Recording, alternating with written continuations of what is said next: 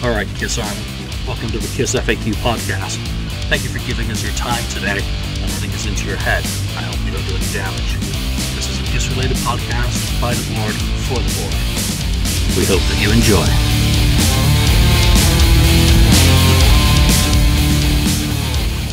Welcome to episode 74 of the KissFAQ podcast. I am Lonnie, stlkiss on the KissFAQ message board. And on the show today is Daniel, the wezze, all the way from Sweden. Marcus Almighty on the board. And Ken, 69th Blizzard on the board. So as you can see, we are without Julian today. He has left us and will edit this episode severely before he puts it online. Because I'm sure he'll preview it before he goes through and take out the stuff he doesn't want. So some things going on in the Kiss world this week. We had the release of the much anticipated Kiss Rocks Vegas premiere in movie theaters, which I went and saw with some of my buddies. Mark said he went and saw it, and Ken, I think you did too, right? Yep, I saw it. Daniel, you missed out. You didn't go. Did they have a showing in Sweden at all? No. I don't think so. No showing in Sweden. So I went to the Vegas show, and it was very true to what one of those Vegas shows were. I mean, it was the exact set list that they played, and minus some Paul stage banter and the teasing of, do you want me to come out there and see you? They didn't do the whole get the needle to go all the way to the red gag in the video. But other than that, it was pretty true to form. What'd you guys think of it? Mark, what'd you think of the movie? Well, I got there a little late. I got there about halfway through Gene's little segment there where he was talking about stuff. And but I saw the whole actual concert part, and it was good. It was good. It was Kiss. It was what you came to expect from a Kiss show. Being as diehard a Kiss fan as I guess we all are who watch this and who are on the board, I mean, there wasn't many surprises set list wise, obviously, but I think this movie was really good for one thing. If you had friends that weren't into Kiss or were just borderline Kiss fans and you really wanted to win them over into going to see a Kiss concert with you next time, this was a good thing to bring them to kind of get them to have a bit of an experience of seeing Kiss, because while it's not the same thing as seeing a Kiss concert, they do get to experience some of the, things that you would see at a Kiss concert. I think it was beneficial in that sense that maybe it would be good to maybe win over some people, and maybe that's why they did this. Maybe they wanted to bring in some, new people into their audience, maybe some younger people who are, the movie-going crowd, sometimes they're a bit younger, these people, so who knows, right? I mean, there wasn't a heck of a lot of people at the theater where I went, but, I guess, on one hand, it only maybe appealed to maybe the hardcore fans, but, it was good. I mean, there were certain things about it I thought that was kind of weird, like whenever there was pyro, it seemed very obvious that they kind of overdubbed some extra effect onto those pyro shots. That was a little, unbelievable to my ears. But what do you expect? This is Kiss. They had to overdub, right? All the way since Kiss Alive 1, right? So, but that's what I think. I thought it was pretty good. No big surprises for me, but it was good. Good camera angles. The effects were nice. It was. I think it was done in surround in the theater I went to. I'm pretty sure it was like that for most places, but. It's interesting. Yeah, it was what I expected it to be for the most part. Ken, what about you? What do you think? Before I it was, to me, it was one of the better, Kiss live concert films that we've seen. Since they're not doing that quick shot of something and then they quick go to another shot and then quick to another shot, it's like, wait a minute, I can't follow this. It didn't give me a headache like this. Yeah, you're gonna give me So it was much better, very well done as far as editing. Now, as for sound, I guess in our theater, to me, I needed it louder. I wanted it louder, like a concert. I just wanted it louder, and I thought that would have been a little bit better to turn it up a little bit. The other thing, though, that I was thinking is that, man, I wish they would have done the technology or the film something in this fashion back when they were at their prime.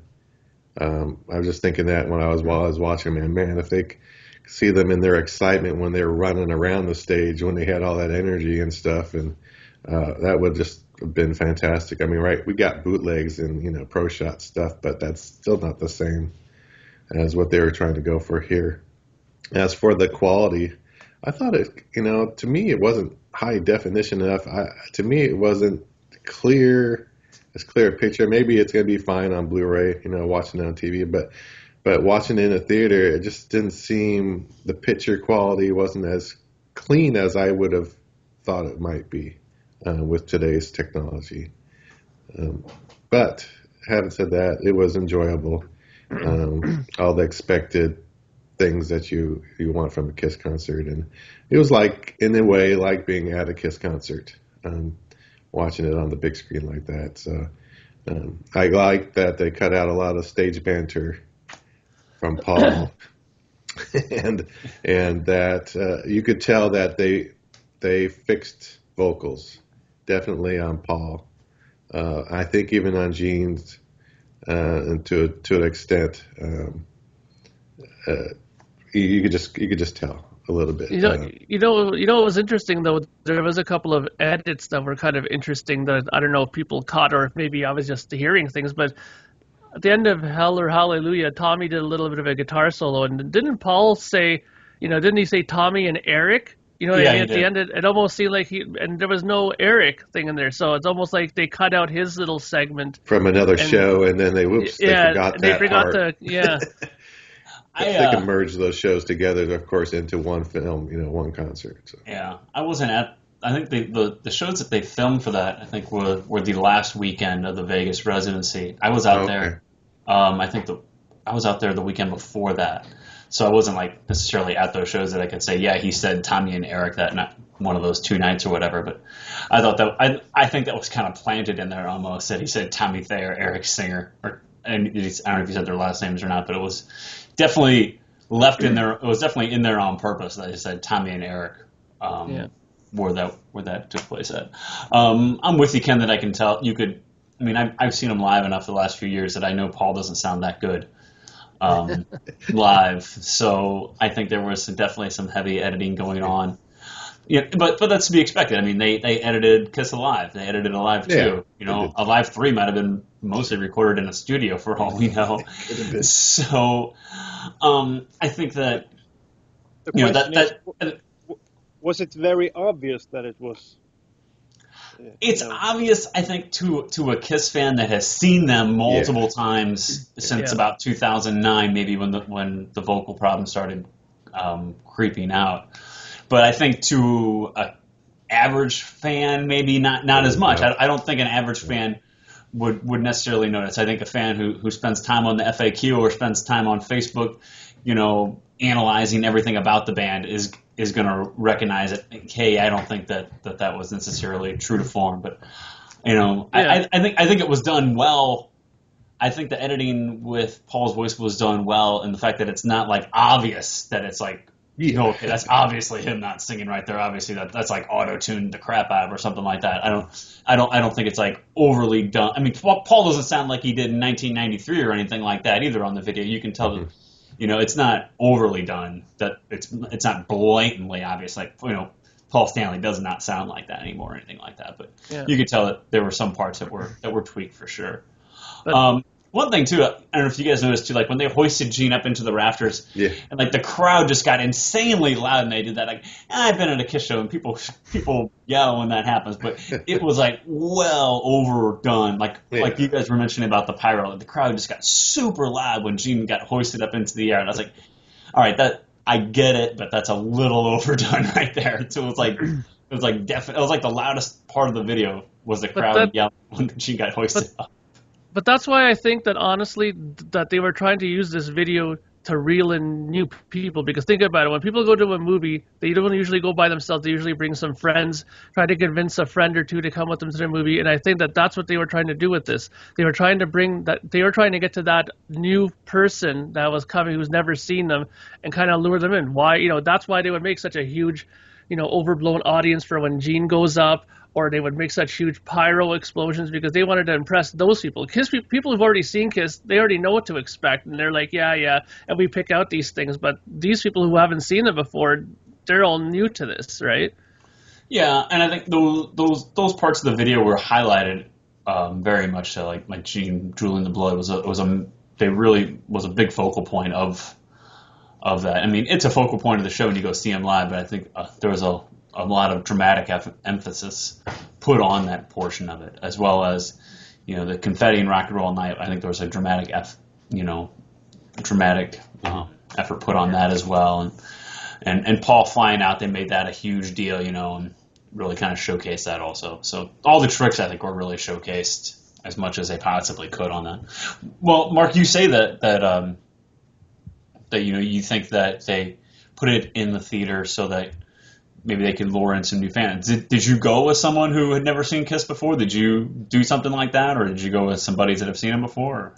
Actually, I was supposed to go with somebody, but my day was so hectic that day. Like I said, I got there late, and the person I was going to go with, he ended up having to go do some other stuff, and I was running behind. I just ended up going by myself because I wanted to go because I knew we were going to talk about it. It was just common sense that we would talk about it today, right? So I went because I wanted to just catch it, but I would have gone. I was thinking about it before, maybe even bringing like a family member, because I remember years and years and years ago for the Psycho Circus tour, I brought two of my sisters with me who've never seen them, and they had a blast at the show. Like all they knew from Kiss was like Beth and I Was Made for Loving You. Like literally the singles were the only thing they knew, right? So I was thinking about bringing them, but they have 3 kids now, each sister, and they're so tied up with family stuff, it's almost impossible to bring them out. But I think it is a good idea, though, in that sense, to bring out somebody to this thing. 'Cause I think it would make new people interested in the band, I think. What do you think? Will it be DVD? Yeah, I think so. Yeah, it's going to be or a DVD, Blu-ray. They're also they talked about, I think Tommy said, it's going to be a special vinyl, right? Vinyl on this, and there's a special different sets, 4 different things you could buy. Of course, one's going to be with a 60-page book or something like that. I think it was something like that. But make me buy it 4 times. God damn it! Get me in trouble with my wife. That I go buy the same damn thing 4 times. We'll get the vinyl for sure and a Blu-ray. Yeah. Pull the same Kissology trick on me and make me go buy it multiple times again. Damn it. That sucks. That's not good news. So anyway, I did hear there would be I heard that Tommy said that over the at the Indianapolis Kiss Expo that there would be a DVD. Yeah, I would recommend it. Anybody didn't get to go see it, definitely, like Daniel here, pick it up. I would say it's worth it. It'll be worth it. Especially on Blu-ray. If you compare it with the one they released in 2004, Rock the Nation, would you say it's better or worse? I think it's better than Rock the Nation, though I enjoyed Rock the Nation for its song selection that they played there. But it's better. It's a better production job on the recording of the video. Yeah. So good. So I enjoyed it more than Rock the Nation also. I thought Rock the Nation reminds me a lot of the Symphony show, where it's almost unwatchable. Symphony, I can't watch it without getting a headache. It's hard to watch. So, but you could use the Kiss camera or whatever it was called and just follow one member at the Rock the Nation, right? Yeah. That was okay. Yeah. That's a way to get away from the bad editing. All right, so those are our thoughts on the movie. So, did you go see it? If anybody was watching, did you go see it? What did you think of it? Give us some feedback on that. I'd like to know what everybody on the board thought of the movie. Although there's already threads on it, but still, you can still comment on the show and tell us what you think. And did you agree with us? Did you think that there was some overdubbing? Did you think that, did it remind you of the symphony too much or Rock the Nation too much that was unwatchable? Because it's shot in the same kind of format where there's, some views of the band, then views of the crowd, and it's kind of the same style, like the Tommy Thayer production type style of it, as those other two. But all right, so the main topic on today's show, though, is we're going to do some more top threes that we've done in the past. Talk about our favorite different aspects about the band, or top three favorite things about different topics of the band. And might get into some of our worst threes also. Those are almost a little bit more fun because it's almost a little more humorous to talk about some of those things too. So we're going to start off with top. This is just all opinions, and we want to hear your opinions on it too. So let's start off with top three KISS tours. I mean, we all look back on tours and say, I didn't like anything about this tour, from the set list to the look of the band to the stage setup, or we did like things about this tour. Like, what are your three favorite tours that the band has gone out on that you say, man, that's a real feather in the cap that they really nailed it on that tour? So Daniel, this is kind of these are your shows, these top three. So we're going to start with you. So what are your three favorite KISS tours that they put on? There are a lot of good tours, but I'd say the first tour is one of them. Maybe in third place. The first and second tour, where the band is raw, they're hungry, they're feeling their way out, what to do, and so on. But I always think about that Winterland concert. Is that the Hotter Than Hell tour, or is it Hotter Than Hell? Yeah. But they are kind of the same. The first two tours, they look the same somewhat. But the early tours, I would say, is a big favorite of mine. Even though you miss a lot of songs, it's so it's KISS in its, how do you say, an infancy. When they are infancy. Infancy. Yeah. Infancy. Yeah. So I like that one. And then I would have to say Love Gun, of course. They are firing on all cylinders. Actually, maybe the last tour when they were like KISS. After that tour, they started looking too much at other stuff and started to change up a lot of things and strayed away from the original KISS sound. So Love Gun, of course, or Alive 2 tour is up there, right up there. Houston 77 is one of the greatest shows I've ever seen. That's one you would like to see in perfect mint condition in a theater. That would be great. And actually, my number one tour is way later on, because it was such a surprise that they were able to pull this off at this point of time. And it's the Hot in the Shade tour. After the Crazy Nights tour, one thought it was almost over. I mean, they looked like they were. They looked like they were going through the motions and shorter set lists. Yeah. And the albums were only getting worse and worse. And then, don't you agree?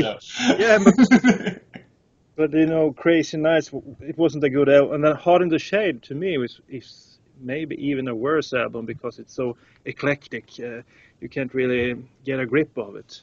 And then they start off the tour, and it's such a cool-looking stage, new effects. I don't know how they were able to finance all that with Hot in the Shade didn't sell a lot and Crazy Nights didn't sell a lot, so they were always like kind of making the stage smaller and smaller. But for Hot in the Shade, they took a big leap forward, and it's great. And those two Detroit concerts are two of my absolute favorites. So Hot in the Shade is actually in first place for me. Nice. Yeah. That's an excellent pick, because I think a lot of us are going to talk about makeup and stuff like that, but talk about Hot in the Shade, the band coming back, opening up with I Stole Your Love, the Sphinx in the background. It was like a KISS finally getting back to doing what they do best, and that's putting on the live shows. That's a great pick for number one. And a final thing was that it was clear that they didn't need the makeup. it was so cool that they could, They could put on a show without the makeup. put on a show without the makeup. Absolutely. I think it was almost the first time they were this good after like the Creatures of Night tour. So I think it was really cool. It's a good one. Mark, what about you? What do you got? Well, my top three are based on, my favorite, but also they're also two of them are, well, one of them at least is one that I've actually attended. So, my number three one is actually the reunion tour, because that was the very first tour I got to see Kiss myself. Because I mean, seeing all these shows on video at home and stuff like that, that's one thing, but it's not the same thing as actually being at a concert, I mean, you can turn up your TV as loud as you want. It's never going to be the same thing as being in the concert watching it. So while I'll admit that they were never at the point that they were on some of the shows that Daniel brought up, for me, this tour was special because I got to see them in person. I got to see the things like firsthand, got to feel, the heat of the pyro and stuff like that. So that tour to me is always going to be special to me, even if they weren't at their peak performing level at that point of their career. But I just wanted to experience it for myself, and I was at least happy that I got to see them on that tour, because already by Psycho Circus it started to kind of drop a little bit by that point already. So number three for me would be the reunion show. Number two for me, I'll have to mirror Daniel. I have to say that Hot in the Shade is probably one of the ones that I really, really love for a lot of the same reasons that Daniel brought up. I mean, the set list was great. They were playing great. They seemed very inspired at that point. It really seemed like they had everything rolling again. And, because even from watching the footage of the Crazy Night show before, it just looked like they were looking at their watches half the time and wondering how many more songs they have to do before they get the hell out of there, right? And it was just the total opposite vibe, on that tour, or at least in those shows that I've seen, and they played a great set list. They brought back a lot of the old songs and stuff like that, and I think that's what at that point people were kind of getting hungry for, was the old material again, because they've heard enough of probably the Lick It Up stuff and all those songs, Animalized stuff at that point, because they were playing so much of it during those 80s era, right? But yeah, I got to really say that's one of my favorite, because I also love that Sphinx that they brought on stage. I thought it was a really, really cool stage prop to have on there. So that's definitely high on my list, number two.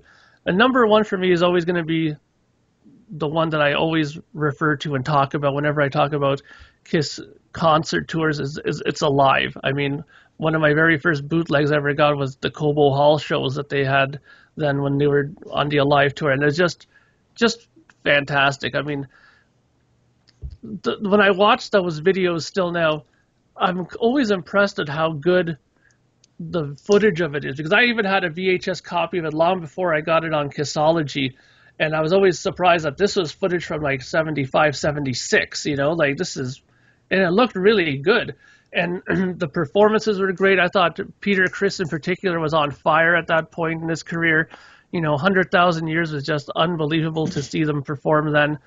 And it was just everything about the sound of that tour, even Alive itself. Like, there was something about the sound of the band at that time that they never really had after that. I don't know if it's just if some of the miking techniques they used for the tours and stuff, how they mic'd up the drum kits were different, because later on, it was a bit different. This is getting a little, gear geeky at this point, but, if you look at how they mic'd the drum kit on Alive, they didn't put a mic on every single drum. They kind of placed it in between in spots, and maybe that, accounted for some of the difference in the tone of his drum set, because later on it never really sounded like that, especially his drum kit, I found. But I really loved that tour. I thought that Alive was fantastic.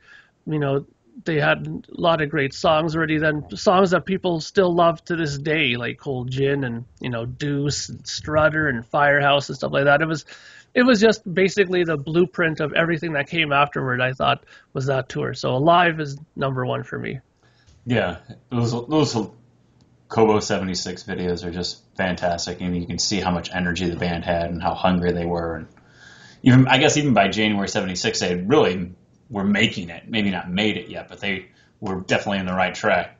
Obviously, they were they knew that they were on the verge of becoming a major success. But you could still see how hungry they were. It reminds you of that Winterland show, like Daniel was talking about too. That Winterland show, they're just so on fire. Those early videos are just. I just wish there were more of them. You know, and I mean, there just couldn't be enough of them, in my opinion. They're so great. So, Ken, what about you? Now you've seen a bunch of tours. Well, so, and I'm not trying to call you out I'm or just kind of going or anything, but yeah. No, I'm going. You've witnessed more in person. I started 79, right? But, I mean, you've the witnessed first tour more. I saw was 79, so I'm taking it from that. I mean, I could say, yeah, their first tour was. If I would have saw them on their very first album tour, I probably would have said, yeah, that's probably the greatest show I've ever seen, because it would have been just amazing to see coming out of the gate for them. But I'm gonna go with a few that tours that I went and saw. So I'm gonna go with one of them is the Dynasty tour, which is the first time I had my chance to see them, and it was an interesting stage design, and flashy, and then the colors of their of the Dynasty colors and the 4 different colors and of their outfits. But it was good, and it was just an excitement thing, being there for the first time. It was kind of just like it just went by so fast. I think I was having so good of a time. I almost don't know, can't remember a whole lot about it anymore. Certain things I do remember, but I remember, like you guys were talking about the flash pots, or you feel the fire, from the heat from the fire for the first time at a Kiss concert, when the flames went up, and I was like, oh, I guess that's warm. I thought, well, it got to be pretty warm for them on stage. And that stuff like that. And so that was a big experience for me. So that's one of the concert tours. Another one was Hot in the Shade, like you guys have mentioned. That's because one of the best stages. Yeah, that the Sphinx was awesome. It was functional. Besides that, they had lasers going on that tour too, all at once. Plus, and then their set list itself was just awesome. Bringing back the old tunes, and you could see that they had the hunger was coming back in that tour. That they were starting to appreciate and not ignore the past, like they had been on prior tours to that. So that's another one.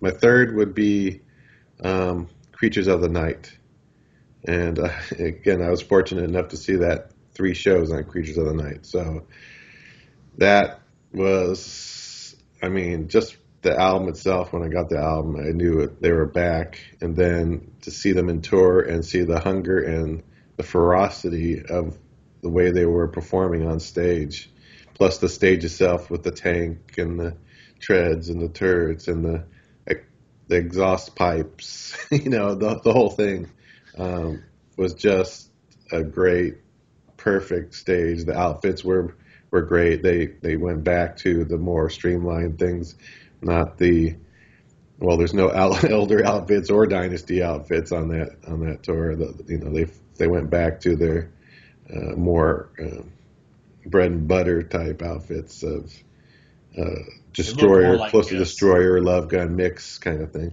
So that was a tour. That was awesome. That was just total excitement to see that one. So that's I wouldn't say it's not my best 3 shows, but it's my best 3 tours. I'm calling it tours. So I'm very jealous of all the tours that you've seen, by the way. I've mentioned that before, but I'm just going to say it again. So my 3, I kind of took the same perspective Ken did, although I haven't seen as many tours. I kind of took the same direction Ken did. Well, as I was thinking about this, I'm like, well, should I, I love those bootlegs of Cobo Hall 76, and I love Largo 77, and all those other bootlegs and that too, of these great tours that they put on. But I kind of took the same perspective Ken did, and I said, well, I'm gonna go with the tours that I've seen. So my third and granted, and understand, first time I saw the band wasn't until '96 on the reunion tour, so I don't have as much history to back up. But my third one I'm going to say is Alive 35, and the reason, but it's not the U.S. leg of Alive 35. It's actually the Canadian leg of Alive 35 they did in the summer of 2009 before Sonic Boom came out. I went and saw them.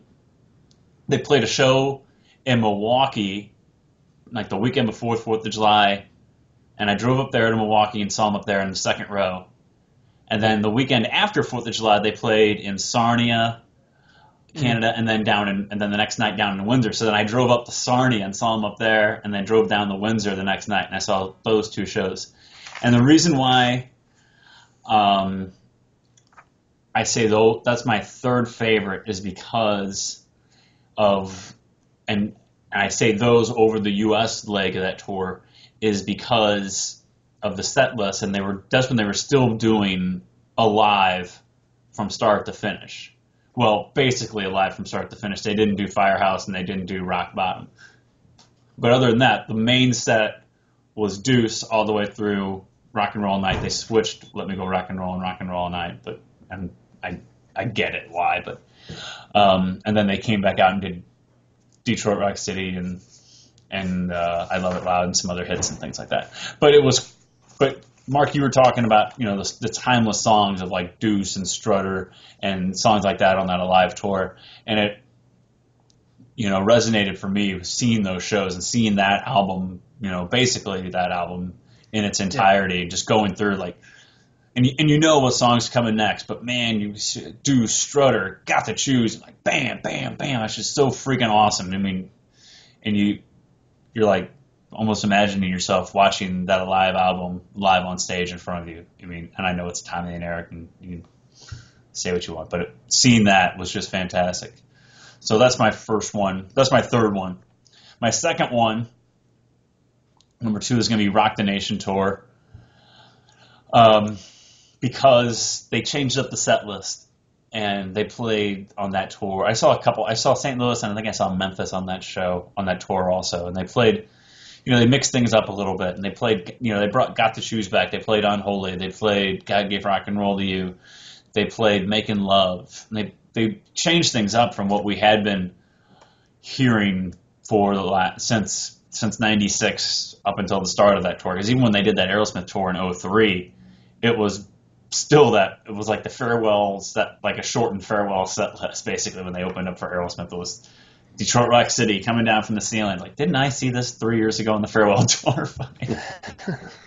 It was the same stage even too. It was just like, didn't I just see this 3 years ago? And there's a different lead guitarist now. But anyway, it was, but when they came back the next year, and it was basically the same stage again, but with some monitors and that, and we got a brand new stage. No, you don't. But but they mixed things up finally, and it's something that Kiss fans have been begging for since they put back on the makeup, was, you know, play some other songs, and they did, and it was fantastic, you know. So, and then my first one is the reunion tour, simply because it was the first time I saw him twice on the tour also.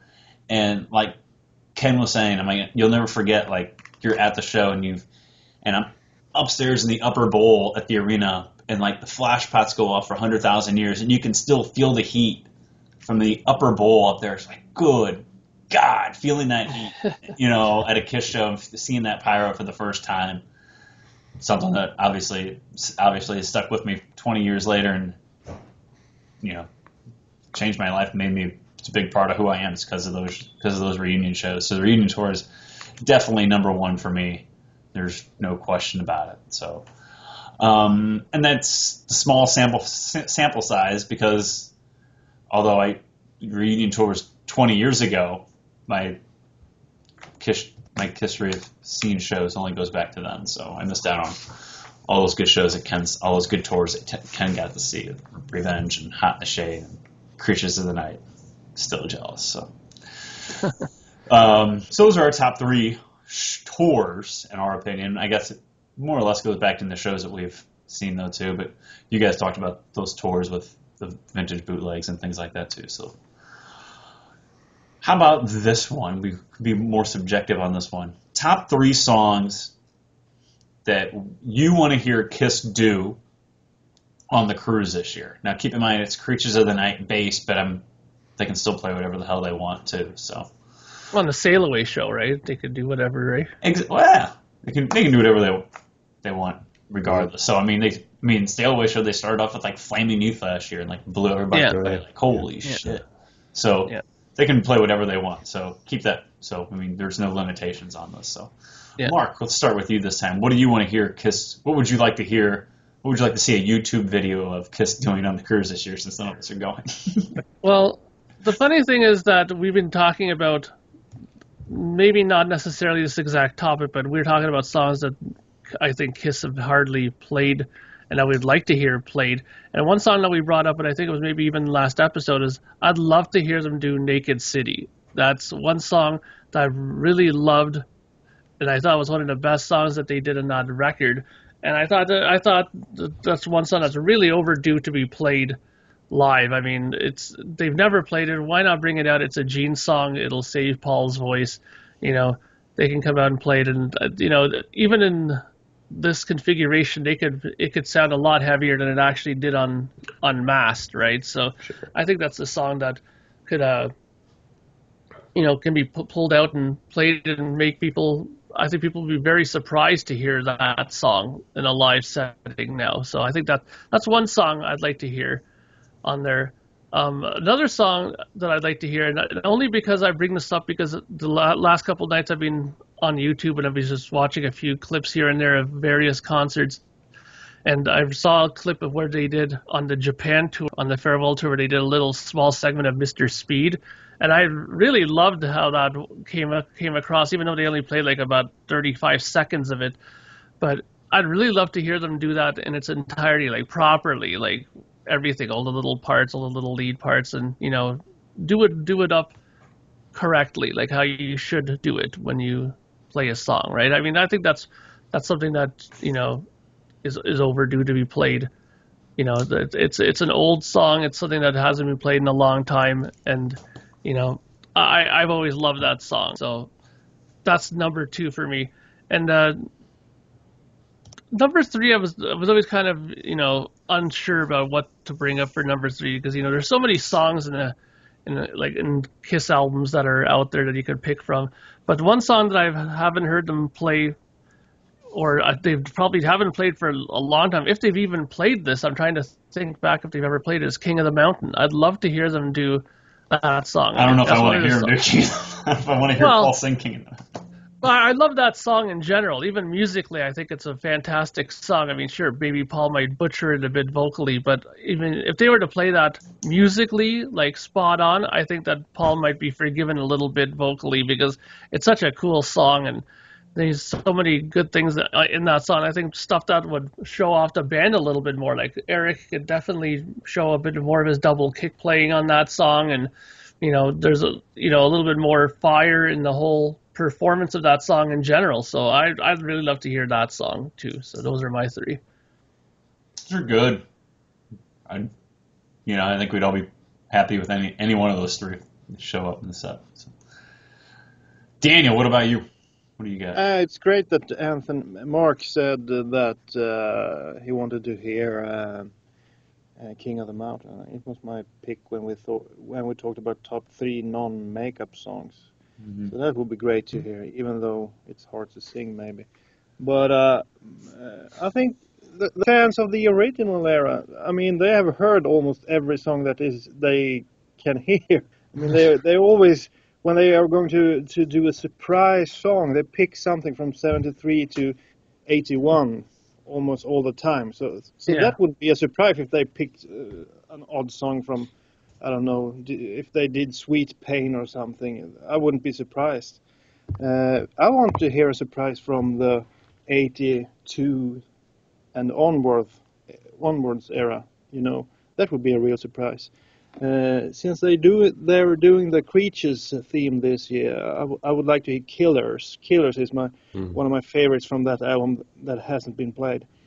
So that would be good. But other than that, I would like to hear some non-makeup songs.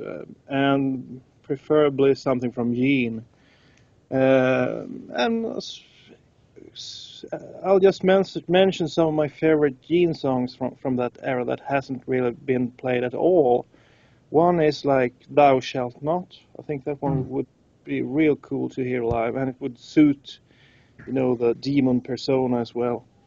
Another one is Secretly Cruel from Asylum. It would also go over well, and no one has ever heard it. And maybe Anyway You Slice It or something up tempo with Gene when he can show off some of his screams, like a Fits Like a Glove. Yeah. I'm the only one that liked that song. But, something like that would be really cool to see. I mean, oh my God, Gene Simmons doing the Anyway You Slice It and singing it with that aggressive tone, it would be great. Yeah, they haven't really played that. I think they played that twice, I think, ever, and that was at the beginning of the Asylum tour, I think. Yeah. Yeah. Yeah, it's you know what? I have to agree with Daniel. That's one of those songs that, when you first mention it, people kind of roll their eyes, but when you listen to it, like the other day I listened to Asylum, I put it on my stereo downstairs, and I was like, this is actually not a bad song. Julian, because he's not here. Yeah. Well, Asylum's my favorite album, non-makeup album. Okay. But yeah, but I think it's really kind of underrated. I think it's one of a really good Gene songs. Yeah. All the Gene songs on that album are heavily underrated. I think he has quite a few on that album that will work live. Ken, what about you? What do you want to hear on the crew? What would you like to see him try? I would like to hear. I do like you guys mentioning the Naked City. That's one of on my list. So Naked City is one of them. Daniel mentioned Thou Shalt Not. That crossed my mind when I was thinking of ones, but so that's a good pick right there too. So Naked City would be one for sure, because that, like Mark said, that's just a great song off of Unmasked, and it needs to be done live, I think, at least once. Just do it once for us. Another one that I would like to hear is Not for the Innocent off of Look It Up. I just love that song too, and I'd love to hear Gene do that one live. I think that would go over well. And then another one off of Look It Up, I'd like to hear them do Hell's Breaking Loose. They just need to do it. I think they did it, played it maybe a couple times on tour back when the album came out, maybe. But when I saw them, they didn't play that song. So I want to hear that. I really want to hear that one. So that's the third one. And then another one as a possibility, even though it's a fourth for me, would be I'd love to see them just do it for fun. I'd want to see them do It's My Life. Do it live. And I just would love to see that happen. If they could just do it on the Sail Away tour, that would be awesome. Of course, I'm not going to the cruise this year, but I'd love to watch that back on YouTube or whatever to see it happen. Yeah, I agree. I'm gonna say, since it is the Creatures of the Deep or whatever they're calling it, I'm gonna say Saint and Sinner. I think that'd be fun to hear off of Creatures of the Night. That's good. It's a good Gene song. It's definitely doable for him. I'm gonna say Domino off of Revenge. Revenge had its anniversary, I guess it was last week or so, and like Paul tweeted out like happy anniversary to Revenge, it still stands up. Well, they always talk, and I'm going to go on a Revenge rant again on the show, but Gene and Paul always talk about how great Revenge was and how, it was really us getting back into what we do best, and they always talk about how great that album is, but they never play anything off of it. They never do. I mean, if they play anything off of it, it's God Gave Rock and Roll to You, and they haven't played that in a while off of it anyway. So it's really, and they always talk about how great Creatures is, but they're playing like 3 songs off of Creatures now on when they tour. They're back to playing Creatures of the Night. They always play War Machine. They always play I Love It Loud.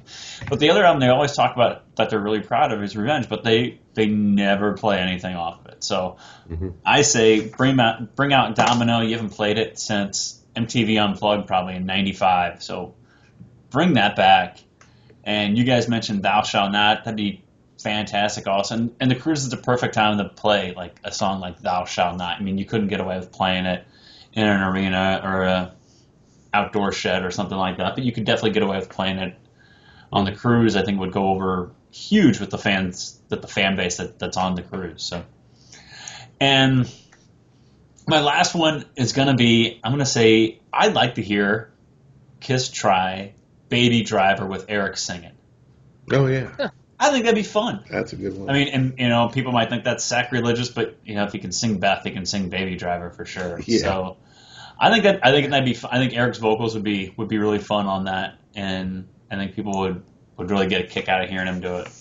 So notice how nobody mentioned any Ace songs that they want Tommy to sing, but yeah. Well, speaking of, you're talking about. I mean, this top three is a Kiss Cruise related subject. Also at that Indianapolis show, Tommy said it sounded like they're going to try to play most of the Creatures album. That'd be fantastic. I thought he said something like that. And the other thing is, he even mentioned about wearing the Creatures outfits, which made me think, well, is he going to wear Vinnie Vincent's type design? Or is he going to wear the Ace Frehley with the lightning bolt? Yeah, well, they do the Ace Frehley lightning bolt, and what will Eric Singer wear? Eric Carr's? I did hear that they're not gonna. People were speculating. Well, maybe they'll wear Vinny and Eric's makeup. They definitely said that they're not gonna do. They're not gonna change the makeup, but the outfits they may do. So. How would Eric look in a fox? Would it work well with Eric in the fox type outfit? I don't know. It's gonna be weird. Well, if he can do Peter, he can do. I guess he can do Fox or you can do whatever. Yeah. At this point, it doesn't matter, right? No, I don't think anything's off limits at this point. But I kind of liked Ace Frehley's the Elder costume, but people give it a lot of flack. But people do give it a lot of flack. I think it's different though. But I think it's cool. That'd be the one I want to see. The lightning bolt. That'd be better than the Vinny. Yeah. That'd be the one I want to see, as opposed to the Vinny costume. I'd want to see that Ace Frehley lightning bolt costume. I think that's what people would be more interested in seeing is that. Yeah. As opposed to, oh yeah, that's Vinny's costume from the Creature story. Oh yeah. So I think that'd be more. And obviously he's not going to wear the Vinny makeup, so I think that would make the logical sense that he would wear that outfit. Yeah. That'd be fun. Wish I was going. I took my wife on Kiss Cruise 2. She didn't sleep for 5 days. She couldn't sleep on the boat, so she said cruises are out of the question. So I'm still going. Let's do a worst three. Let's do worst 3 album covers.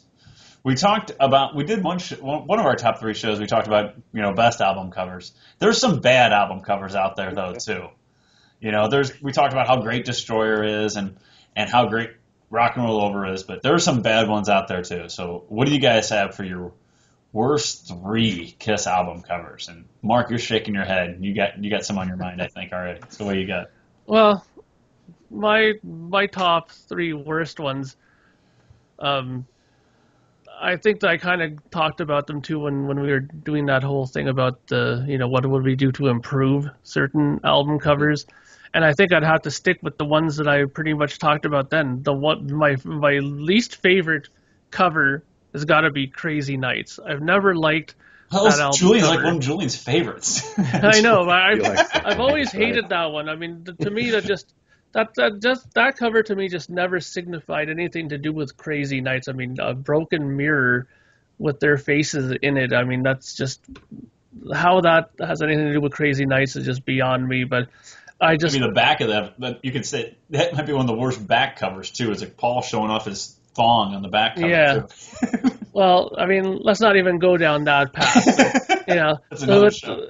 Yeah, but I mean, that's definitely my number one least favorite cover. I mean, my number two least favorite cover is Hot in the Shade. I mean, that one, again, is another one of these ones that just doesn't make any sense to me. I mean, a Sphinx with shades on him. I mean, come on, man. Like, you could have thought of so many different, better images to use for Hot in the Shade. And I will, if you haven't seen the episode where I talked about this, I will bring it up really quickly. But I'm Mark, telling you... Do you have a drawing you can show? But I don't know where that drawing disappeared to that I had last time. I shredded it. But like I said, the girl with the suntanned, Kiss logo in her, that would be 100,000 times better than what they had for the actual album cover. So that's my number two least favorite. And as much as I love Asylum, it is my favorite non-makeup album. I got to admit that's got to be a pretty bad album cover.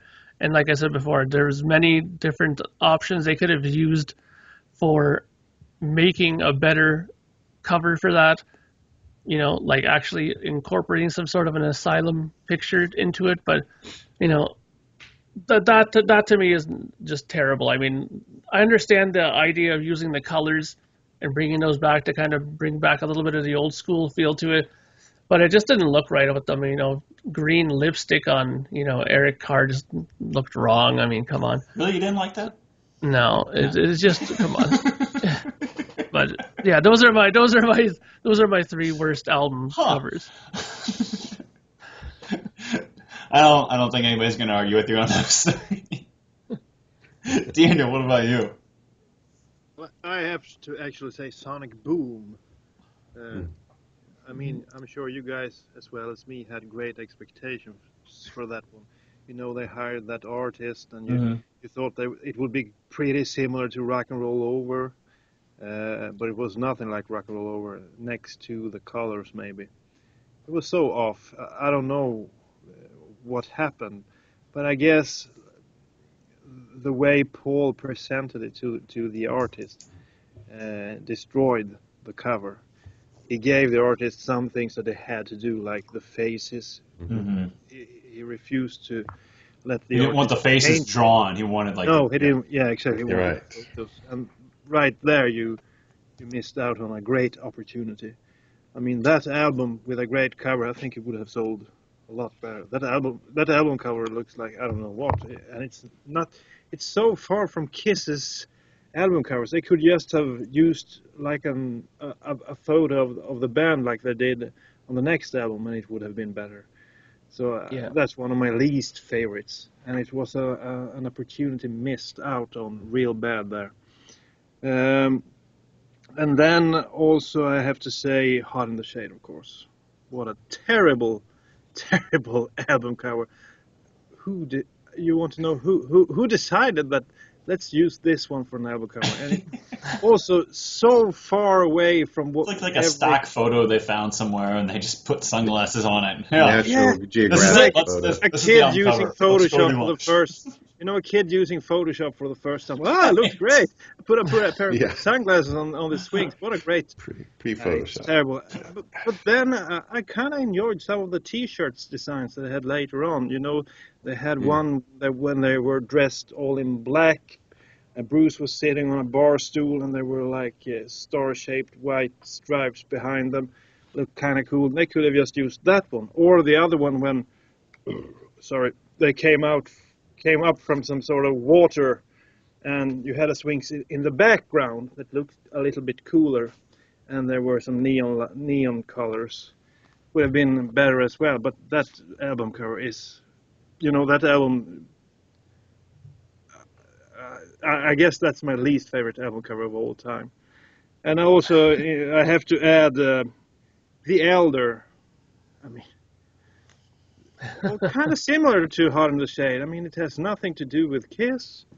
Animalize is also an album cover where they don't have any Kiss member on the cover, but at least leopard skins were cool in 1984.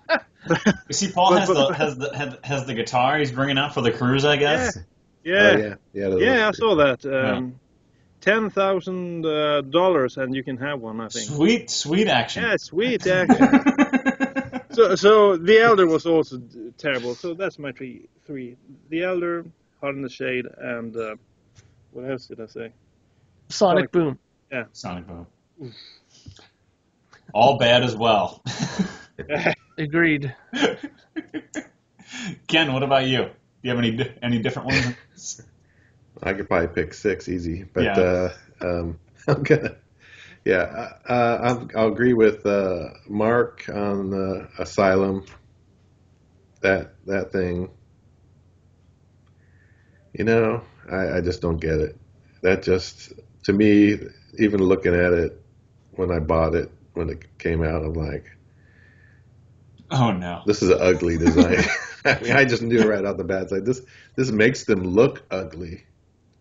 Even, photo-wise, it just is not attractive at all. So that's one of them.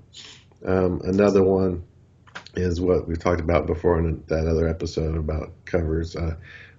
Animalized, it's just, Why? again, it's just blah. Simple. You just taken the makeup off too. Why didn't you put another picture of you without the makeup on the cover? You know what I mean? They could have done it. Doesn't make any sense. I mean, I would have rather them had the back cover on the front of that album. Oh yeah. Even would have been better. So that's a horrible one. And then another one though, which I don't like. It's not horrible, but again, I mentioned this too on that other show. I don't like Monster. I don't like that cover. I think it's just too obvious to me. It's just like another stock photo, a promotional photo for them, that they would put in on the web, if they're being mentioned, say, on VH1 site or CNN or whatever, that's a stock photo. Yeah, this is Kiss. Right. Whatever. And also, it's obviously photoshopped, with Gene's banana there being removed. His banana, yeah. Yeah. I don't mean his banana. I mean the banana over there. Hey, you guys. The You peeled guys banana. talked about, wasn't it Okay. you that liked the 7-inch something a few episodes back? Peeled 7-inch Right. banana. Yeah. That was me with the 7. Gene's banana. Well, yeah. I mean, It's you don't need to fantastic. see Gene's banana. Oh, either on the only in cover, your so. dirty minds.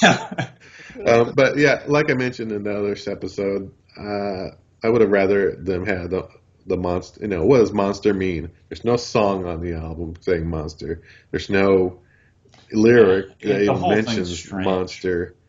Turn them into zombies. Turn that picture even that they have and Photoshop it into something. Play it up or something. Yeah, play it up to the monster theme. Doesn't They make didn't any do sense. it. So it's just too generic stock photo kind of thing as far as I'm concerned.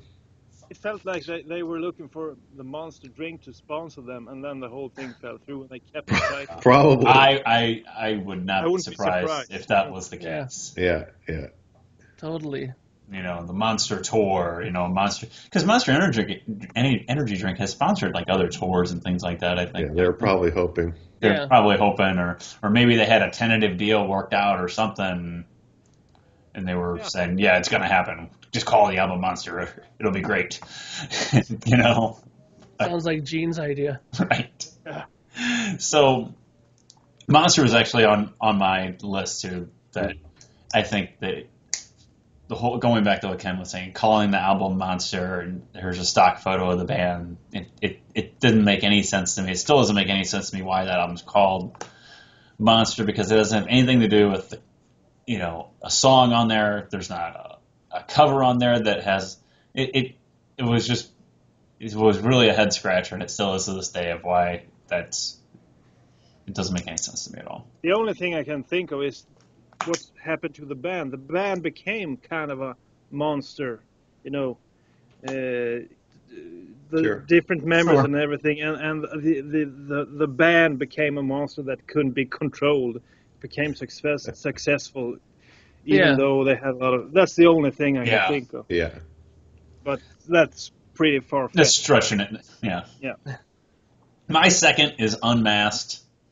I think it's just a crappy cover, and having, it captioned on the bottom of the album cover saying, "I still say they stink" on the album cover, and I understand that it was like a joke and what they were trying to do, but the whole album cover being a comic strip, and and the band had such an iconic look, especially at that point in time, and you put like a comic strip of the band on the album cover, it just doesn't do it for me at all. I think it's just an awful album cover, especially for where they were at the time. Mm-hmm. And then I think we're all going to agree that Asylum has to be on my list as well. I don't think I can leave off Asylum. Yeah. I don't think we can leave that off the list at all. So there's no doubt about it. So those are my top 3 worst Kiss album covers. Sorry, Julian, that we all picked Asylum, but I didn't pick Asylum. Oh, you mentioned it though. yeah, you mentioned. But I guess, there are good songs on Asylum, and I guess Asylum is a perfect example of you shouldn't judge an album by looking at it. And there are very good songs on Asylum. I mean, Daniel mentioned that he wanted to hear, King of the Mountain on the Kiss Cruise. It's a fantastic song. I love Tears Are Falling and Who Wants to Be Lonely. They're both fantastic songs, and unfortunately, the album cover just gives a perception, and people are like, I think I'll pass on that. So, unfortunately.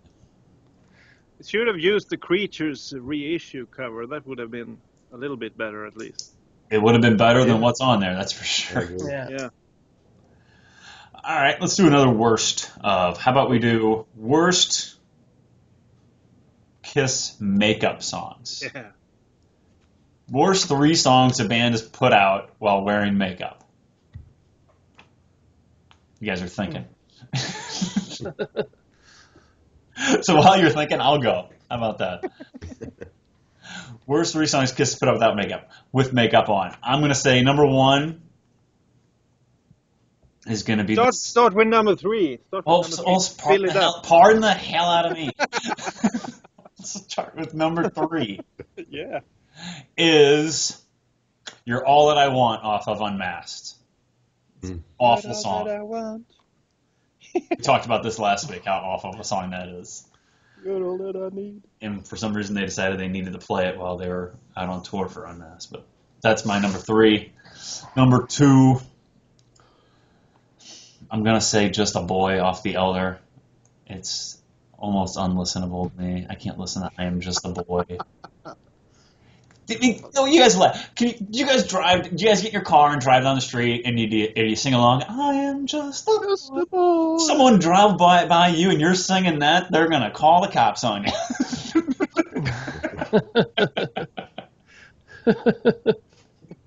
They're gonna call you a pedophile and lock you up. Jeez. So that's number 2, and number 1. I gotta say that song they put out with that Japanese girl band about a year ago. Oh, yeah. Really? It's bad, in my opinion. I know some people like it, but I think it's bad. And I know it doesn't appear on a Kiss album, thankfully, but it's still out there, and they only made it for Japan and those shows that they did over there about a year ago, but I don't like it. Yeah. I don't blame you. Put it at that. I just don't like it. But I think there were at least things in the video that made sense and was kind of cool at times. If you watched the video, they went back to the comic thing a little bit, so I kind of enjoyed the video at times. I think it was kind of cool, but the song it's just not Kiss. Something else. What is that genre is called, like Japan pop or something? I don't know. It's a certain genre. It's very big or something like that, and they're very big in Japan. And I get, like I said, I get why they did it. Yeah. I understand it, but it's just not my taste. It's not Kiss to me. You know what I mean? It's still awful. Still awful. Yeah. Thank you. Yeah. Daniel, what about you? What are your 3 worst Kiss makeup songs? Kiss have done a lot of covers through the years, some successful, like God Gave Rock and Roll to You. What else? Yeah, the one they did for Destroyer, King of the Nighttime World. Great pick. But then they have done some really, really awful choices. I remember in my third place I have one from Love Gun. I think it's a cover, isn't it? Then she Kissed Me. Then she kissed me. Yep. Yeah. I mean, and how the hell they didn't choose Rocket Ride over that one? Ace Frehley came in with Rocket Ride to the Love Gun sessions. And they said, pretty good, but let's put on this song. We have a great cover, Then She Kissed Me. We'll choose that instead of your Rocket Ride, Ace. I mean, I'm not surprised he left the band a few years later. And then they did one for it. Actually, it was a publicity stunt. It was for publicity reasons in the early days. Kissing Time. What a god awful tune. It has nothing to do on a Kiss album. So they did some poor choices when they picked covers. And in first place, I remember being really puzzled when I heard this one the first time. I remember buying the early albums Kiss, Hotter in Hell, and Dressed to Kill in at the same time. And then there was one song that I couldn't get my head around. What is this? And it was this song called Love Theme from Kiss. Just terrible. And if you're going to do some kind of instrumental track, at least do something. Nothing happens in the song. It's like a rhythm guitar going round and round and round, and then it ends. Terrible song. So that's my number one of all time. The worst song ever. That's my list. Even worse than the Japan song. Wow. Do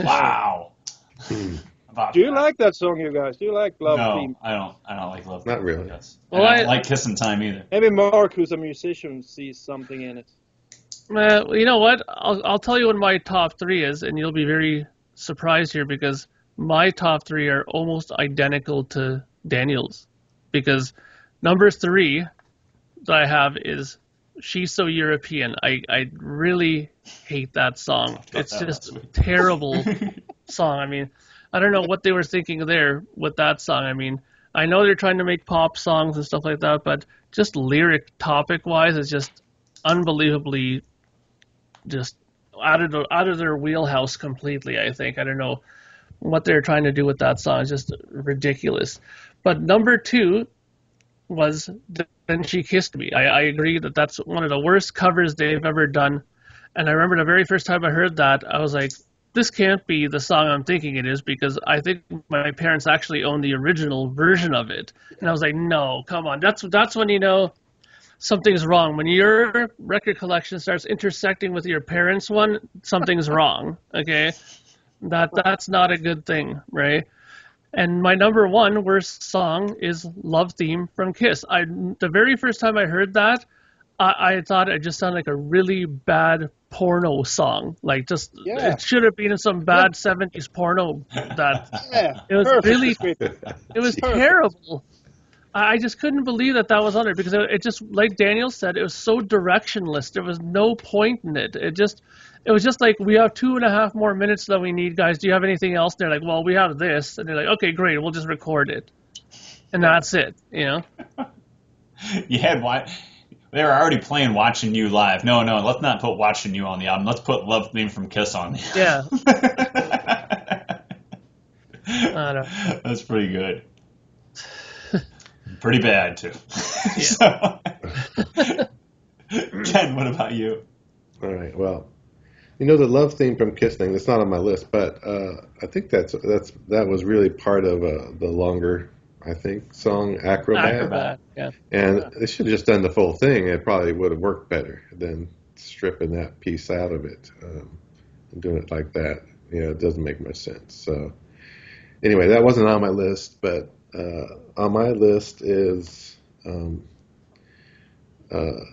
Then She Kissed Me, just like Daniel and I think Mark. It just didn't make sense. I believe they were going to attempt to do Jailhouse Rock instead by the Elvis Presley song, I would have rather have heard that, and I think they thought, well, it's too soon or something because it was shortly after Elvis died. I Or think it was died going to be on around the the time. Live 2. I think they were going to do... Was that where it was? Well, It was- okay, it yeah. could have been there. But And maybe I'm wrong. Julian's not here. yeah, ask Julian. But yeah, I would have rather had something else or an original song like Daniel said, Rocket Ride would have worked perfectly on there too. But you can't give Ace more than one song. Especially, Oh gosh, no. And another one is I finally found my way to you. Yeah. I cannot. Oh, Is that's it, a good one. is it even called that? I'm mad I didn't say that. My God, I finally found I'm not sure. my I way don't to remember get what- sick. I mean, I was just like, Oh man, I didn't say that. it's just horrible. It's just horrible. I cannot. It's a skip. I have to skip it. I cannot listen to that thing the whole way through. Don't do it. It's impossible. Nothing Okay. can keep me from you. Oh, Yeah, that's Yeah, another one. yeah. That's the other one, right? yeah, that's the one that was on Detroit Rock City soundtrack. Yeah, that one. I cannot. That's the other one. I cannot handle that one. They're so similar and both You put them in the same category. It's crap. poorly written, dreary songs. crap. I mean, they're an attempt to try to capitalize on the Aerosmith success of their ballads that they had around at the time, and it just didn't work. It's too bad when they did those soundtrack songs like Nothing Can Keep, whatever it was called, that crap song. And when you see Paul Stanley do a solo album, you have songs like Live to Win. That's a perfect Kiss song. I always thought what would happen with that song if they had that song on a Kiss album. On a Kiss album with some better Yeah. production. Better production and not Great. going for the current, trying to be so hip. Sound. Just yeah. do it as a Kiss song. It would work. It would be perfect. So that's always. I think that was. They missed out on that one. I think he had a couple of songs on that album that would have worked well on a Kiss album if you did a little bit. As long as that you have to change the production somewhat. But Nothing Can Keep Me From You and the other crap song you mentioned there. I don't know what they were Finally thinking. found my way. Yeah. God, it's bad. I think Julian. I haven't listened to it in over 10 years. I think Julian had said once before in a prior, he said, "Nothing can keep me from puking." Yeah. That's what he said. It's awful. Yeah, it's pretty bad. I didn't think about that one. That might be that. I should have put that one on my list. It's kind of strange when you talk about your favorite band and you can mention like 50 things that you hate. Just start rattling off all these songs that we hate. Oh, I should have had that one on my list. There's more songs that I hate. Yeah. All right, let's do one more. We'll call it a show. We always talk about Kiss on this show. So one thing we talked about was I had mentioned we could do is talk about our top 3 bands that we love other than Kiss. We always talk about Kiss and just to prove we're not so one-dimensional, and that's not all we listen to. Some of my friends think that's all I listen to is Kiss 100% of the time. It's like, no, I really do like other things. So what are you guys' top 3 other bands other than Kiss? Daniel, let's start with you. Yeah, no, don't start with me. Oh, then fine. Mark, let's start with you. I have to think a little bit. Okay, well I can go if you want. Yeah, go ahead, Mark. Okay, well I'll do from 3 to 1, just so Daniel approves, of course. Right, do it. My number 3 favorite band is King Crimson. Now, I don't know if many of you guys are familiar with their music, but they're like, excuse me, they're like the blueprint of progressive rock. These guys, they came out in 1969. They have that album In the Court of the Crimson King, and they had that song, 21st Century Schizoid Man. I'm sure everybody's heard that song before, right? But I really love these guys. They're like the epitome of experimental music. I mean, they have like 11-minute songs that go into 2 or 3 different time signatures and different rhythms. And like, I just saw them on tour recently. They came through Toronto, and their lineup now, they have 3 drummers, 2 guitar players. It's such a fascinating band to watch live. It's one of my favorite bands easily in the world. Number 2 is Yes. I really love Yes. They've been high on my list for music for a long, long, long time. I mean, I have all their records on CD, tape, vinyl, like you name any form. I have all their live DVDs. I got everything. I mean, my whole room is littered with Yes stuff. I just love that band. I've always loved, and I loved all their different lineup changes, even without John Anderson. I've liked them now. With John Anderson, I love it. I mean, Close to the Edge is probably one of the greatest progressive rock albums of all time.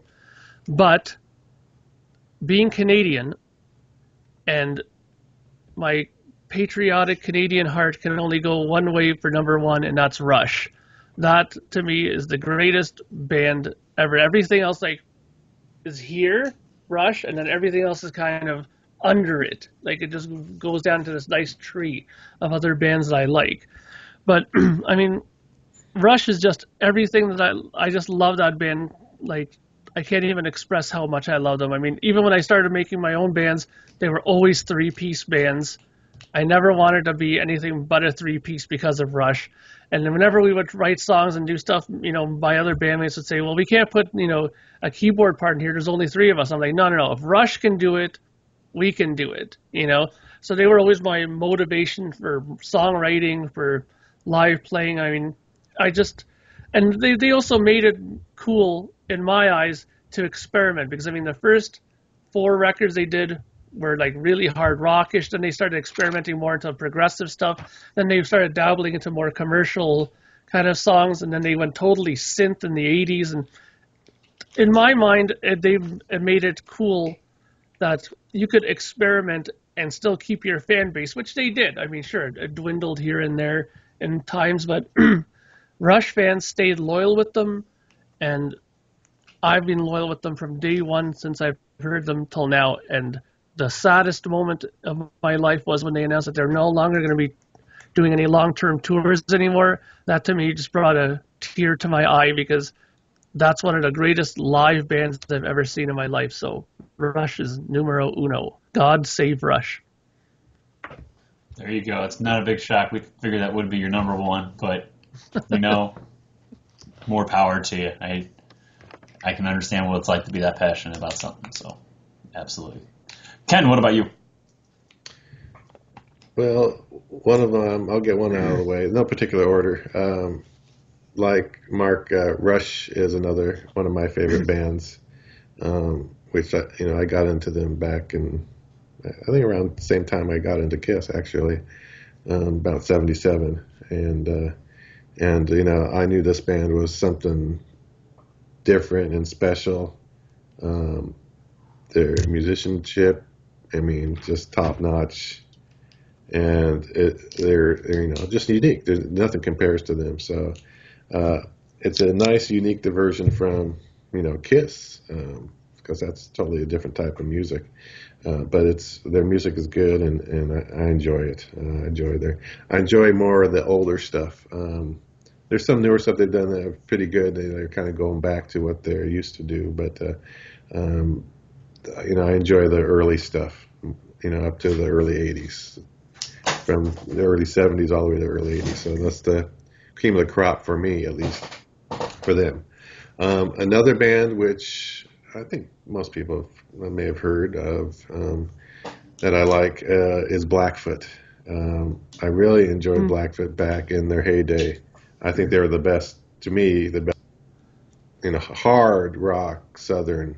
I mean, they were hard rock, really, Southern rock band. And you may know a song like, Train, or Highway Song is another one, big one that special. And they didn't have a lot of hits, but there's an album period there, like I say the core 3 for them that they had in a row were, Blackfoot Strikes, Blackfoot Tomcattin, and Blackfoot Marauder. Those 3 albums in a row. Man, those things were great. A lot of good songs, and they rocked. Great band. I don't know. They should have been bigger than they were. Unfortunately, Ricky Medlock, who was the lead singer, he's in Lynyrd Skynyrd now. Which he was in before Blackfoot, the original Lynyrd Skynyrd, and then he came back. So yeah, there's a picture of the original lineup from Blackfoot. So Yeah, good group. Now another one is another one that I should have achieved a bigger success also, which I enjoy their music a ton, is Shooting Star. Shooting Star had a lot of great songs. Uh, um, uh, I guess some people have compared them to Kansas in a way, but they're not. They're not Kansas. They're a little heavier. They're heavier than that, but it's because they had a violin, uh, in their music. And that's like a later picture of the group, but the early lineup of the group was great, and had a lot of great songs. Saw them live once, but there's an album called "Hang On for Your Life." They had maybe a hit or two um, from that on the radio that you probably could have heard. Um, yeah, there you go. So good band. They should have achieved much bigger success. I think they had some problems with their album or their record company screwing them over and stuff like that, which you What else hear a is lot. new? You hear a lot in the business. So, but those are three. There's more, but yeah, those are three. Excellent picks as well. All right, Daniel, what do you got? In third place, I have to pick a Swedish band. I'm not sure if you heard of Entombed or ABBA. Helicopters. Entombed? I heard of Entombed. I loved Yeah. Entombed. And one of the members was called Nicky Anderson in American maybe. And he actually formed a band a few years later called the Imperial State Electric. And he was always a big Kiss fan, and it really shows in the songs. If you put on a song called Sheltered in the Sand, it's like something off of Paul Stanley's soul album. It's almost, you can see that it's Wouldn't You Like to Know Me, but with a, kind of Wouldn't You Like to Know Me.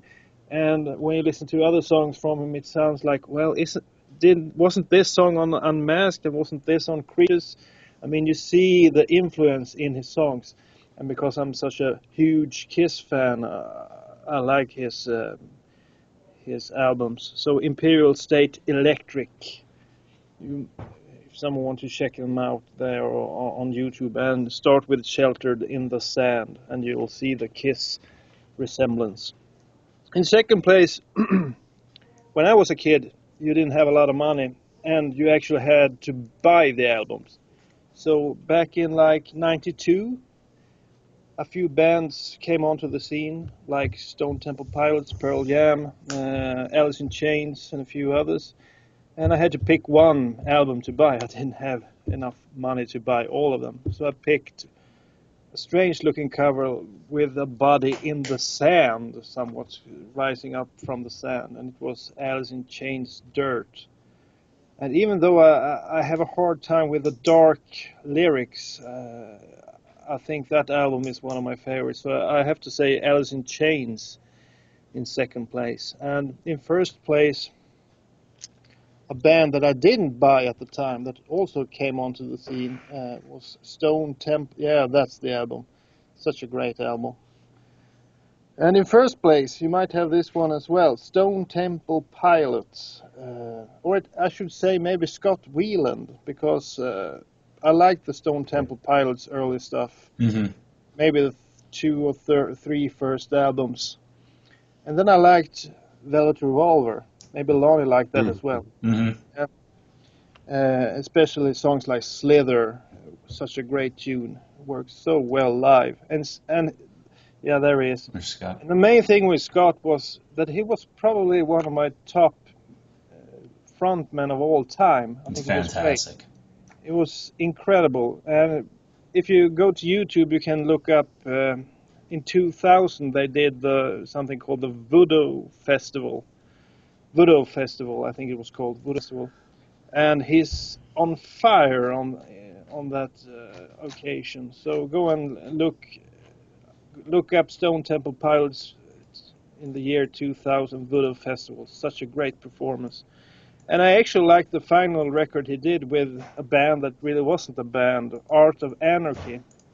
And I remember, and I especially remember one of the songs was it sounded like Heavens on Fire. So one of those, I don't remember the title, but one of the songs reminded me of Heavens on Fire. And Scott Weiland, unfortunately, he died too early.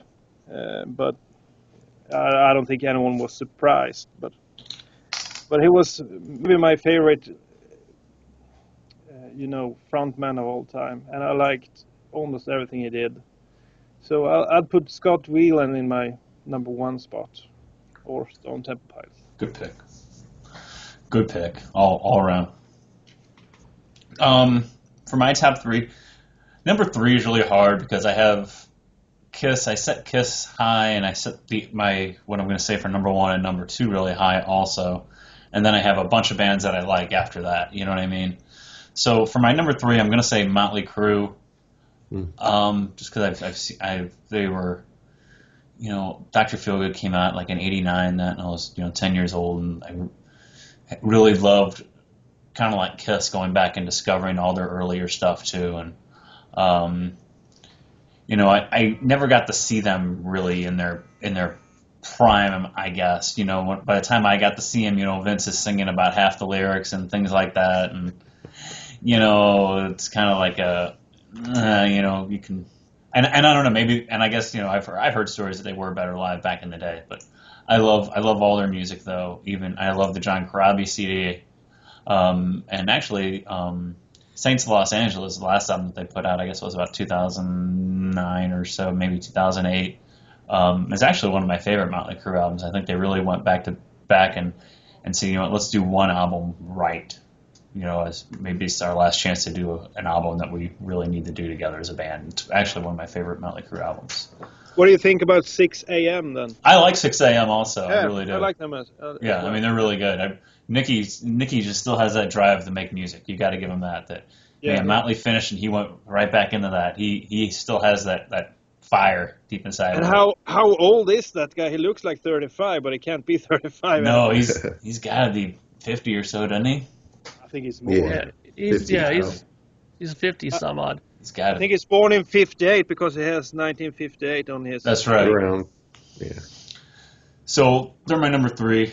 Number two for me is Alice Cooper. I love Alice. I guess it's kind of like a Kiss thing though too, the theatrics of the live band. But I also love Alice's music. Like Alice is a lot like Kiss, where he has a lot of different styles within his catalog. He has the early stuff before, like School's Out, before he got hooked up with Bob Ezrin. Some of that early stuff is really strange and really doesn't sound like Alice at all. And then you have like Alice in his prime with School's Out and with $1 Billion Babies and Alice Cooper Goes to Hell and things like that. And then Welcome to My Nightmare. And then he has some really strange stuff in there, like Flush the Fashion, and it's just really off the wall type stuff. And then he goes glam in the 80s, and he comes back to his roots with the stuff he's done more recently, like with Along Came a Spider and things like that. So Alice is to me is like a mirror image of Kiss, where he's gone through all different members of the band, he's gone through all different genre phases, and it's kind of come full circle. And I love, but I can listen to any of it, just like with Kiss, I can listen to all those different genres and still appreciate everything that he's done. And then my number one is not going to be a big surprise because I talk about him on the show a lot, is Guns N' Roses. I remember buying Appetite as a kid, and remember getting Lies, and I remember getting Use Your Illusion 1 and 2 the day they came out, and my mom told me I couldn't go buy Use Your Illusion 1 and 2 until I got done with my homework, and I flew through my homework so I could go out and buy those records, and my brother and I, we did like the same thing I think a lot of kids our age did when like Use Your Illusion 1 and 2 came out. Like he bought Use Your Illusion 1, I bought Use Your Illusion 2, we went to each other's rooms and taped it for each other, so we each had a copy. And I think a lot of brothers did that, or best friends did that back in the day, because you couldn't afford 2 CDs when you're 10, 11, 13 years old, whatever. So, and then I didn't, and I will say this though, when the original band broke up, I guess when Slash and Duff left, I didn't follow them as much. One, because they don't come to St. Louis, because no one will book them here because of the riot, and I've never gone to see them on these tours with DJ Ashba and the other revolving members of the band. And I bought Chinese Democracy the day it came out, and I appreciate it for what it is. And there's some decent songs on there, but to me, it just wasn't Guns N' Roses, because Guns N' Roses to me was just like a gang in itself. It was a band, and I'm really excited about seeing them next month in Kansas City. So I mean, they're my number 2 favorite band, I guess, of all time, right behind Kiss. So cool. What do you think about Axl DC then? I like it. I like the stuff I've heard. I mean I wasn't crazy about the idea, great. but it sounds really good to me. Yeah, I'm impressed. I think it sounds really great. So I'm interested to see what happens with that moving forward. Yeah. You know what I mean? I mean, nothing happens with Axl, and then he fronts Guns N' Roses and AC/DC at the same time. Right. You don't hear anything from him for a couple of years, and all of a sudden, bam. I don't know. I was telling a friend of mine, I think he might have had like some kind of life-changing event or something, or maybe some near-death experience, because all of a sudden he's back. He's made up with Slash, made up with Duff. He's going to go out on tour with them. Oh, he's going to go out and play with AC/DC. He's doing all these things all of a sudden, where he's basically been like a recluse spider for like the last 20 years. Money. He's running out of cash. I don't know. And have you meeting and greeting with fans outside? Yeah, that's back in the day. You would never see him meet with fans ever. No. So he can't pull that stuff with he can't pull that kind of crap with Angus and them. Being 2 hours late for a show, they would have beat his ass. Oh yeah. Well, I think so. I don't know. Maybe I'm just speculating, but I think maybe something happened to him, and like he had some kind of life-changing event or had some kind of near-death experience, and he's like, you know what? I'm not going to be a dick anymore. I don't know. So. No. It's bringing a lot of joy to a lot of people right now. Absolutely. Hey, Lonnie, I would have put also Alice on my list, but I wasn't thinking of him as a band. I mean, Alice Cooper Band kind of was no more a band. I think after '74, it was right. And it's just Alice Cooper him show. With now a bunch of supporting act right behind him. But I love everything he's put out. Alice is one of my favorites too. Do you remember that? Do you remember that guitar player who played like a M60? Kane Roberts. Rambo? Yeah, Kane Roberts. Yeah, that's right. Yeah, muscle guy. Right? Oh my. He was pretty good, actually. He's not a bad guitar player. He's a pretty good songwriter too. Yeah. I think he had his looks against him. Yeah. That's what they all focused on. Yeah. Yeah. Like Rambo with a guitar, Rambo with a guitar, and then he used a machine gun to play him. That's it. I haven't seen him for a while. All right. Well, those are some of our top 3s for Kiss, and then our top 3 bands. So, you guys out there watching on YouTube, listening on iTunes, Google Play, Spreaker, however you choose to listen to the show. Leave us some feedback on the FAQ message board. Leave us some feedback on YouTube. Tell us what you think about our choices for our top 3s, for our bottom 3s. Tell us what you think. What are some of your other favorite bands beside Kiss? Obviously, if you're a Kiss fan, if you're listening to this or watching this, but what are some of your other favorite bands too? Feel free to criticize us, or feel free to agree with us. Tell us, say, no, I think Asylum's a great album cover. But let us know what you think. Leave us some feedback. I'd love to hear what you guys have to say, guys that listen. So I'd like to thank Julian for letting us do the show this week, even when he wasn't available. I hope we don't embarrass him too much. So thank you all for listening. Thank you for watching episode 74 of the Kiss FAQ podcast. Thank you to Daniel, Mark, Ken. I'm Lonnie Weishauer. Leave us some feedback. Tell us what you think. You stay close. Thank you for spending time listening to the Kiss FAQ podcast today. All sales are final. There are no refunds. If you'd like, look us up on Facebook or come over to the Kiss FAQ message board and discuss the topic we broadcast today. Don't forget to rate us on iTunes, Spreaker, or wherever you've listened to the show. We hope you'll join us again.